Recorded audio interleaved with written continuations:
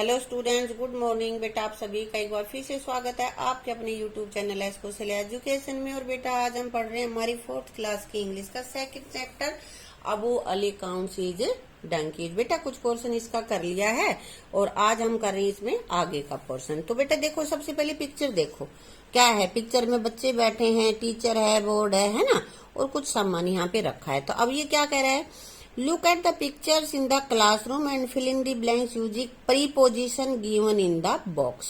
कि बॉक्स में जो दी हुई है प्रीपोजिशंस, इन प्रीपोजिशन को तुम्हें भरना है। इन मीन्स अंदर, ऑन ऊपर, किसी चीज के ऊपर रखियो उसको बोलते हैं अंडर नीचे, नियर नजदीक, बिहाइंड पीछे, बिटवीन मीन्स बीच में, दो के बीच में जो हो उसमें बिटवीन आता है। तो यहाँ इनमें से हमें छांट के भरना है। तो सबसे पहला इसने कर रखा है, हम पढ़ लेते हैं। The black board is behind the teacher. Black board teacher के बिहाइंड है ना, पीछे है ना बेटा, पीछे ये टीचर है, इसके पीछे ये है। हाँ, तो यहाँ इसने भर रखा है बिहाइंड। इसी तरह हमें अगला में भरना है। थर्ड अपने पास है, द वाटर बोतल इज द टेबल। अब वाटर बोतल देखो पिक्चर में कहाँ पे है, नीचे है ना, और नीचे की क्या बताई थी मैंने, अंडर। तो यहाँ हमने अंडर भर दिया कि वाटर बोतल टेबल के नीचे है। अगला है, teacher is standing the table and the black board. Teacher खड़ी है, कहाँ पे खड़ी है, टेबल और ब्लैक बोर्ड। ये ब्लैक बोर्ड और ये टेबल, इनके बीच में है ना टीचर, तो यहाँ आएगा between. There is a book the teacher's hand. तो देखो टीचर के हैंड में बुक है ना, हाथ में है, तो इसलिए आएगा in the teacher's hand, in आ जाएगा यहाँ पे। इसी तरह से there is a little boy standing the teacher. एक छोटा बच्चा यहाँ खड़ा है, टीचर के कहाँ खड़ा है, ये नजदीक खड़ा है ना, इसलिए यहाँ पे आ गया नियर द टीचर। ठीक है। अब बेटा ये कह रहा है, रीड द फॉलोइंग सेंटेंसेस। ये जो सेंटेंस दिए गए हैं इनको पढ़ो। Radha is a girl. Radha एक लड़की। देखो यहाँ पे ए और अगले में ए अंडर गहरे उसमें लिखा हुआ है ना, स्याही ज्यादा गहरी लगी हुई है यहाँ पे। अगला अपने पास है, दिस इज एन एंट। ये एंड भी गहरे उससे इंक से लिखा हुआ है। इसी तरह थर्ड है, our class went to see the Taj Mahal. यहाँ पे भी ये गहरा लिखा हुआ है, दी है ना। My father read the Indian express every day. यहाँ पे भी द लिखा हुआ है। तो बेटा ये ए एन डी क्या है, ये सभी बेटा अपने क्या हैं, आर्टिकल्स हैं। देखो यहाँ पे लिखा हुआ है A N D R articles. ठीक है। और ये किसी भी, देखो मैंने वैसे इसकी एक अलग से वीडियो भी बना रखी है, ए एन और डी की दो वीडियोज है, दोनों का लिंक मैं डिस्क्रिप्शन में दे दूंगी आपको। वहां से आप उसको पहले देखना, फिर अच्छे से समझ के फिर खाली स्थान भरना।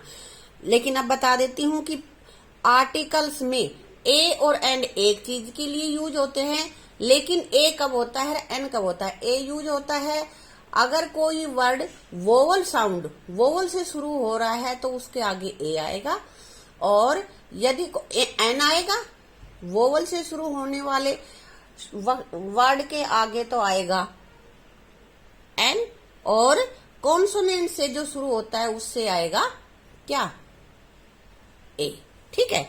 और ये दी आएगा अपने पास अलग से, जैसे कि रिवर है, ओशन है, माउंटेन है, आइलैंड है, न्यूज़पेपर है, होली बुक, हिस्टोरिकल बिल्डिंग्स जैसे ताजमहल वगैरह।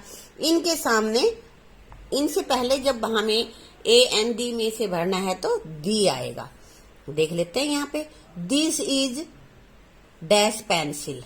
तो पेंसिल है, कॉन्सोनेंट है ना पी, इसलिए यहाँ पे आ गया ए। अगला अपने पास है, you should take umbrella. Umbrella में क्या है, अ की साउंड आ रही है, और यू यहाँ पे वावल भी है, इसलिए यहाँ पे हमने भरा है एन, एन आएगा यहाँ पे। Ashutosh is intelligent boy. Intelligent आई से शुरू हो रहा है, वावल 5 होते हैं ना, ए ई आई ओ यू, इनसे शुरू होने वाले के आगे एन आता है, यहाँ पे ए एन, एन आ गया। His father is honest man. अब ये देखो मैंने यहाँ इसके सामने एन लिख दिया, जबकि ऑनेस्ट एच से शुरू हो रहा है। तो बेटा इसमें आवाज कैसी आ रही है, साउंड किस तरह की आ रही है, ऑनेस्ट बोल रही हूँ मैं, होनेस्ट नहीं, ह की आवाज नहीं आ रही, ओ की आवाज आ रही है, इसलिए यहाँ पे एन आया। English is not a difficult language, तो यहाँ पे ए आएगा। अब वैसे तो ये इंग्लिश के आगे यहाँ होता ना तो द आता, लेकिन यहाँ पे है इसमें डी से शुरू होने वाला वर्ड है, उससे आगे हमें आर्टिकल भरना है, तो यहाँ पे ए आएगा।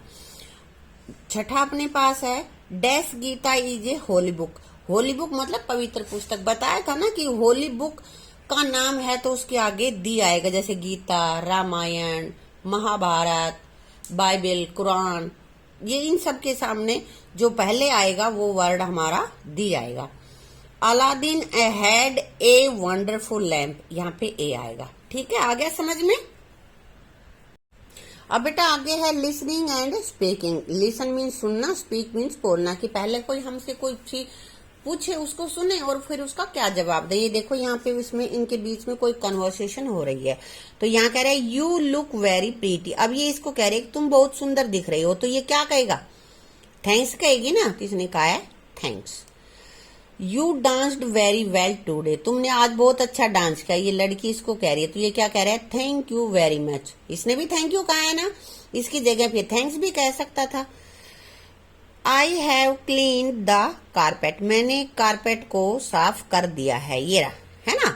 तो कह रहा है थैंक्स ए लोट, ये इसको कह रही है कि बहुत बहुत धन्यवाद। ऐसे ही you look very hungry take this banana, ये दादी होगी इसकी, है ना।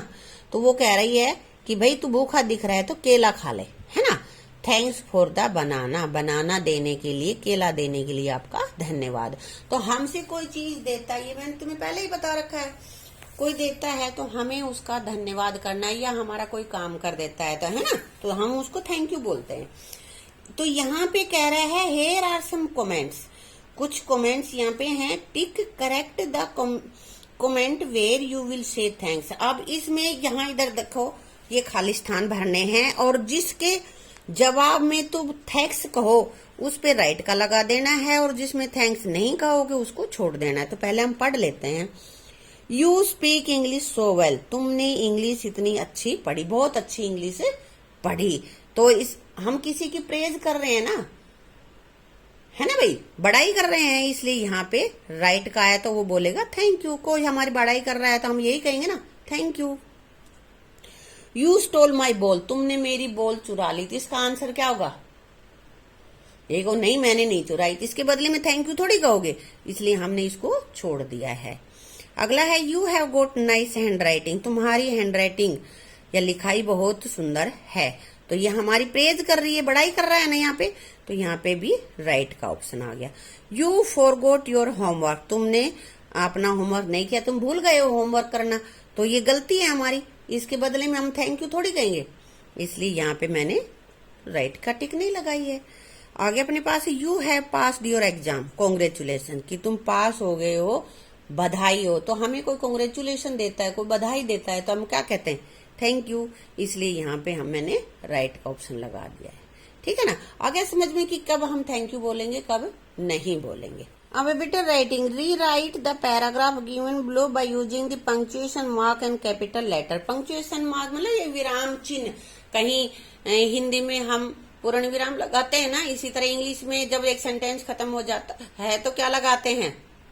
Full stop. और किसी का भी नाम हो, चाहे वो सेंटेंस के पहले आए, बीच में, कहीं भी आए, किसी प्लेस का, किसी मैन का, वुमेन का, मतलब किसी का भी नाम होगा तो उसको हम बड़ा लिखेंगे, पहला लेटर उसका। और कोई भी नया सेंटेंस शुरू करते हो तो उसका पहला लेटर भी बड़ा होता है। ये सब पंक्चुएशन में आते हैं बेटा। देखो ये हमने पैराग्राफ पढ़ना है और फिर देखते हैं कौन सा कहाँ लिखना। देखे अबू अली बोट 9 डंकीज, तो यहाँ पे अबू अली नाम है ना, और सेंटेंस का पहला वर्ड भी है, इसलिए ए भी बड़ा, अली का ए भी बड़ा। डंकीज ही रोड ऑन ए डंकी, तो ही, ये सेंटेंस यहाँ खत्म हो गया, इसलिए मैंने यहाँ पे पूर्ण विराम लगाया हुआ है।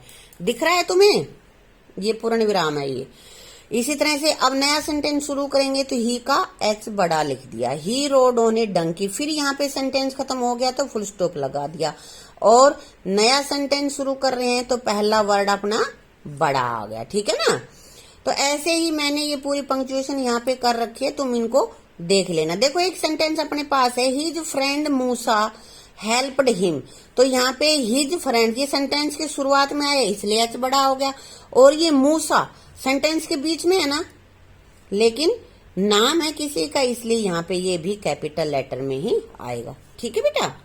अब आगे है right the numbers in the word one has done for you. कह रहे हैं कि ये जो नीचे नंबर्स दे रखे हैं इनको वर्ड्स में लिखना है। नंबर नेम्स ये तुम्हें आते ही हैं, तुम लिख भी सकते हो, और एक दो मैंने लिख दिए, बाकी के बचे हुए तुम अपने आप लिखोगे। जैसे ये इसको पढ़ोगे पहले तो क्या है ये 51, तो 50 की स्पेलिंग लिख दी, 1 की स्पेलिंग लिख दी। ये क्या है 63, 60 की स्पेलिंग लिख दी हमने और फिर 3 की लिख दी। ये 166, तो यहाँ 100 और 66, ऐसे ही बचे हुए तुम्हें अपने आप कंप्लीट करने हैं। ठीक है बेटा। Look at the pictures and complete the story given below with the sentence given in the box. देखो ये एक पिक्चर बनी हुई है, हमें क्या दिख रही है, फॉक्स दिख रही है, ग्रेप्स दिख रहे हैं ना। तो ये कौन सी स्टोरी है, ये बीच बीच में जो मैंने नीली स्याही से लिखे हुए हैं ये मैंने लिखे हैं, क्योंकि अगर वीडियो बनाते समय लिखती हूँ तो बहुत बड़ी वीडियो हो जाती है, इसलिए मैंने पहले से लिख लिए हैं। तुम्हें इनको भरना है इनकी मदद से, जो इस बॉक्स में दे रखे हैं इन सेंटेंसेस की मदद से इस कहानी को पूरा करना है।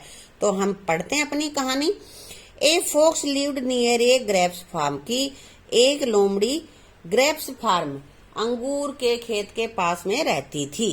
तो अब यहाँ पे इनमें से ये खाली जगह पड़ी है, यहाँ पे हमें भरना है क्या, इनमें से भरना। He thought that he could eat some grapes, he was angry but again he could not reach it, he jumped to pick a bunch and one day he felt hungry. आगे पीछे लिख रखी है लाइनें, तो यहाँ पे हमने लिखा है one day he felt hungry. भाई वो ग्रेप्स के जो फार्म है, जो खेत उसके पास रह रही थी, एक दिन वो भूखी थी, उसको भूख लगी। सो ही वॉक्ड इनटू द फार्म, खेत में चली गई, भूख लगी तभी तो गई ना, तो वहां खेत में चली गई।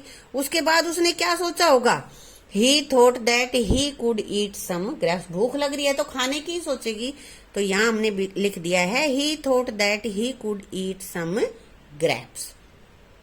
ही saw bunches of grapes hanging from the grapes vine, तो ये जो ग्रेप्स की वाइन है ना, यानी कि बेल है, उसके ऊपर ग्रेप्स का गुच्छा देखा उसने, तो उसने क्या करा होगा भाई, खाने के लिए कोशिश करी होगी, और खाने के लिए क्या करेगी, he jumped to pick a bunch, एक गुच्छा लेने के लिए वो उछली कि अंगूर खाऊंगी तो उसको तोड़ेगी तभी तो खाएगी, और तोड़ने के लिए उसको उछलना पड़ेगा। तो यहाँ पे हमने लिख दिया he jumped to pick a bunch but he could not reach it, परंतु वो वहां तक नहीं पहुंच पाई, इतना ऊंचा नहीं उछल पाई।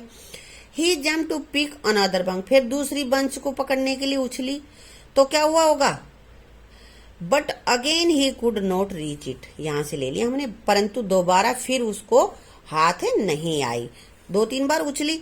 He tried again and again, उसने बार बार प्रयास किया वहां तक उछलने का, लेकिन पहुंच नहीं पा रही थी। But the grapes were so high, परंतु अंगूर बहुत ऊंचाई पर थे। ही कुड नॉट रीच देम, वो वहां तक नहीं पहुंच पाई। फिर क्या हुआ, खाना चाहती थी, खा नहीं पाई, तो उसको क्या आया होगा, एक ही लाइन अपने पास बची हुई है, ही वाज एंग्री, वो बहुत चाहती है खाना, भूख लगी हुई है, लेकिन उसकी पहुंच से बाहर है, तो गुस्सा हो गई। यहाँ पे मैंने लिख दिया है he was angry. As he walked away he said the grapes are sure I don't want them, और उसने वो जब उसके हाथ नहीं आए, वो पहुंच में नहीं आए, तो वो वहां से गुस्सा होकर चली गई और फिर कहा कि वो खट्टे हैं, मैं नहीं खाऊंगी। तुम भी करते हो ना ऐसे ही, कोई चीज नहीं मिलती है तो फिर ये कहते हैं अच्छी नहीं है, हम नहीं खाएंगे, है ना बेटा। तो बेटा आगे है एक एक्टिविटी है, ये हम स्कूल जब खुलेंगे तब करेंगे। इस चैप्टर को यहीं पे समाप्त करते हैं। इसकी सभी वीडियोज को देख के अपने लेसन को अच्छे से नोटबुक में लिख लेना, लर्न कर लेना, ठीक है। Thank you.